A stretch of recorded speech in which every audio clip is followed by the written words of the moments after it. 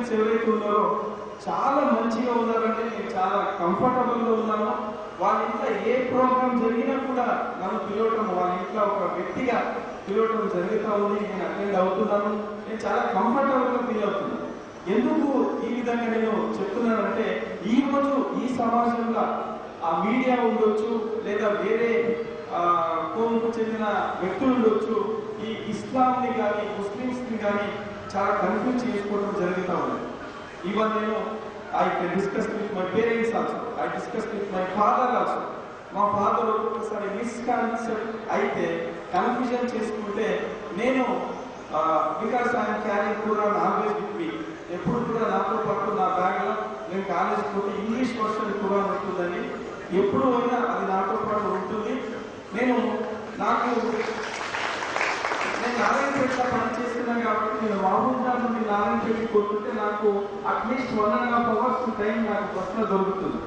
నేను అది కూడా అడగడం జరిగింది. టైం దొరికినప్పుడు శుభ్రంగా ఉంటే, మానసికంగా కానీ దైహికంగా కానీ శుభ్రంగా ఉంటే ఖురాన్ చదవచ్చా అని నేను అడగటం జరిగింది. కొందరు మత పెద్దలు చదవచ్చు, ఎటువంటి తప్పు లేదు, నేను శుభ్రంగా ఉండాలి అంటే మనకు తెలిసి ఏ విధంగా ఉండాలి. సో ఆ విధంగా ఉన్నప్పుడు నేను మార్నింగ్ మాత్రమే ఆ ఖురాన్ నేను బస్గా చదవటం జరుగుతూ ఉంది. అది తప్పు కాదని కూడా అనుకుంటున్నాను. సో ఈ విధంగా I already half of the Quran I completed because I am studying slowly. Because నేను చాలా మంది అడుగుతుంటాను, రంజాన్ టైంలో నేను 3 times కంప్లీట్ చేసిన, 4 times కంప్లీట్ చేసినాను. నేను ఒక క్వశ్చన్ అడిగితే వాళ్ళు చెప్పడం లేదు.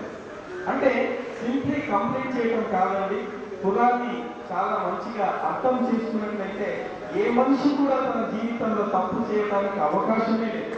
ఇది మీరు అర్థం చేసుకోండి.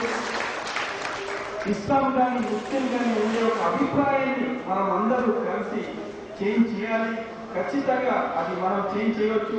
సార్ చెప్పినట్టు Islam is the mission. We have to take it as a machine.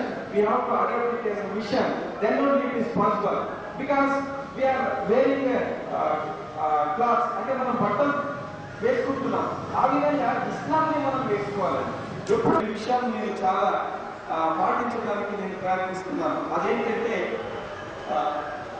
A worker అయినా సరే తను పని చేసిన తర్వాత ఆయన చవటాలు ఆడకుండా ఆయన యొక్క ఫలితాన్ని ఇవ్వాలి అనే ఒక అంశం, ఇది మీరు గుర్తుపెట్టుకోవాలి. నిజమైన స్వర్గము తల్లి పాదంలో ఉంది అనే అంశం. ఈ 2 అంశాలు నేను ఎప్పుడు కూడా పాటించడం జరుగుతుంది, ఎప్పుడు కూడా అర్థం చేసుకోవడం జరిగింది. ఇంకా చాలా విషయాలు ఉన్నాయి. ఇవి అర్థం చేసుకున్నట్లయితే ఇస్లాం అనేది ఒక గొప్ప మతమని నేను అనుకోని, ఇది ఒక లైఫ్ స్టైల్, ఒక జీవితం. లైఫ్ స్టైల్ అంటే మీరు అర్థం చేసుకోండి, రోజు మనం చేసే ప్రతి ఒక్క పనులు ఇస్లామే అని అనుకోవాలి. ఆ విధంగా జీవించాలి. అప్పుడు మనము మన ధర్మానికి, మన జీవితానికి ఒక న్యాయం చేసినట్టు ఉంటుంది. At the time of judgement day we have been a good strong man to answer each and every mistakes and each and every good things of your life. మీ జీవితంలో చేసిన ప్రతి తప్పు నుండి ఒప్పుల నుంచి ఆ దేవుడి ముందర మీరు చెప్పుకోవడానికి అవకాశము జడ్జిమెంట్ డే దిశ ఉంటుంది అని చెప్పుకుంటూ నేను యొక్క అవకాశం ఇచ్చిన పెద్దలకు స్పందిస్తున్న మాటను ముగిస్తున్నాను.